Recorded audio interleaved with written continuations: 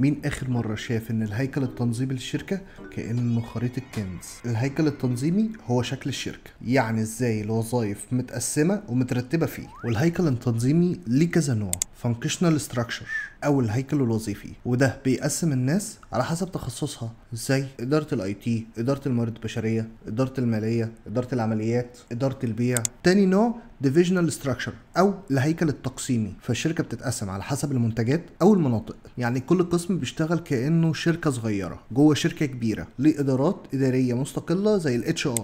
تالت نوع Matrix Structure أو الهيكل المصفوفي، فممكن يكون في موظف يكون تابع لفريق وظيفي معين وفي نفس الوقت تابع لبروجكت أو منتج معين، موضحها لك زي الجراف ده. فاختيار الهيكل الصح بيسهل التواصل وبيحدد مسؤوليات الناس، ويبقى ليه تأثير قوي في طريقة اتخاذ القرار وسرعة التنفيذ. فلو عايز تعرف أكتر عن ال HR والأبديتس اللي فيه، ما تنساش تابعني واعمل فولو.